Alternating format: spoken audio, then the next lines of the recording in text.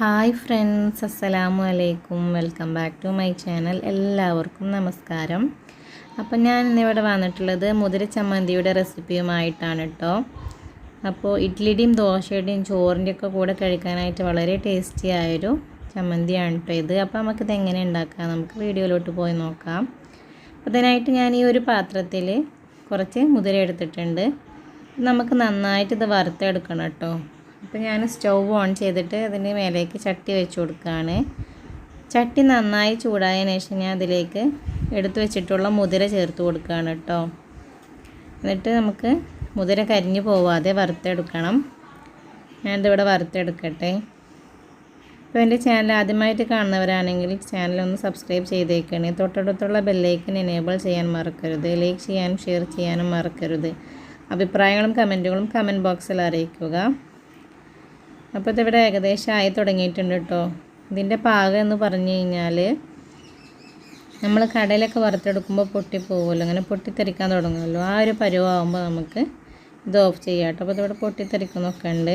അപ്പോൾ ഇതിവിടെ ആയിട്ടുണ്ട് കേട്ടോ. ഇനി സ്റ്റൗവിന് ഓഫ് ചെയ്യാൻ പോവുകയാണ്. അതിനുശേഷം നമുക്ക് വീണ്ടും ഒന്ന് ഇളക്കി കൊടുക്കാം കേട്ടോ. കാരണം ചട്ടി ചൂടുള്ളതാണല്ലോ, അപ്പോൾ മുതിര കരിഞ്ഞു പോകാനുള്ള ചാൻസ് ഉണ്ട്. അപ്പോൾ നന്നായി നമുക്കൊന്ന് ഇളക്കി കൊടുത്തതിന് ശേഷം വെള്ളത്തിലിട്ട് ഞാൻ കഴുകിയെടുക്കുകയാണ്. അപ്പോൾ ഒരുപാട് നേരമൊന്നും കഴുകിയെടുക്കേണ്ട കാര്യമല്ല കേട്ടോ. അപ്പോൾ ഞാനിപ്പോൾ ഇവിടെ ഇത് കഴുകിയെടുത്തിട്ടുണ്ട് കേട്ടോ. ഇതിന് മിക്സിയുടെ ചെറിയ ജാറിലേക്ക് ഇട്ടിട്ട് ഞാൻ അരച്ചെടുക്കാൻ പോവുകയാണ്. ഇതിലേക്ക് ചേർത്ത് കൊടുത്തിട്ടുണ്ട് കേട്ടോ എല്ലാതും.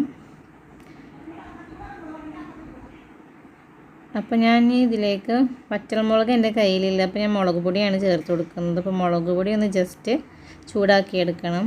സ്റ്റൗ ഓൺ ചെയ്തിട്ട് ചട്ടി വെച്ച് കൊടുത്തിട്ടുണ്ട്. ചട്ടി ചൂടായി കഴിഞ്ഞാൽ അതിലേക്ക് ഒരു 1.5 ടേബിൾ സ്പൂണ് മുളക് പൊടി ചേർത്ത് കൊടുത്തിട്ട് ചൂടാക്കിയെടുക്കുകയാണ്.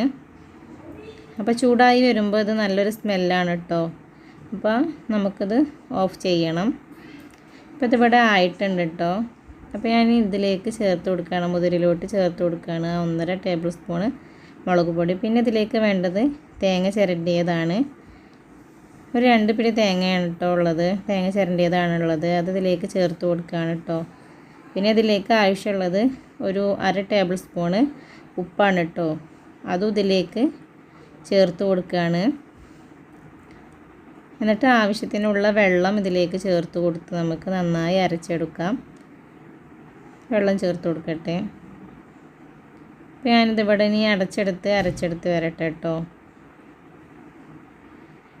അപ്പോൾ ഞാനിതിവിടെ അരച്ചെടുത്ത് വന്നിട്ടുണ്ട്. നമ്മുടെ ടേസ്റ്റി ആയിട്ടുള്ള മുതിര ചമ്മന്തി ഇവിടെ തയ്യാറായിട്ടുണ്ട്. ഇതിൽ കാണാനൊക്കെ നല്ല ഭംഗിയുണ്ട്, അതുപോലെ തന്നെ കഴിക്കാനും വളരെ ടേസ്റ്റിയാണ്. വേറൊരു പാത്രത്തിലോട്ട് ചേർത്ത് കൊടുക്കട്ടെ കേട്ടോ. അപ്പോൾ എൻ്റെ വീഡിയോ കണ്ട് ഇഷ്ടമാവുകയാണെങ്കിൽ എല്ലാവരും ഒന്ന് ട്രൈ ചെയ്ത് നോക്കണം കേട്ടോ. മറക്കാതെ ട്രൈ ചെയ്ത് നോക്കണം. എന്നിട്ട് അഭിപ്രായങ്ങളും കമൻറ്റുകളും അറിയിക്കുക. അപ്പോൾ അടുത്ത വീഡിയോയുമായി വീണ്ടും കാണാം. അതുവരേക്കും എല്ലാവരോടും ബായ്.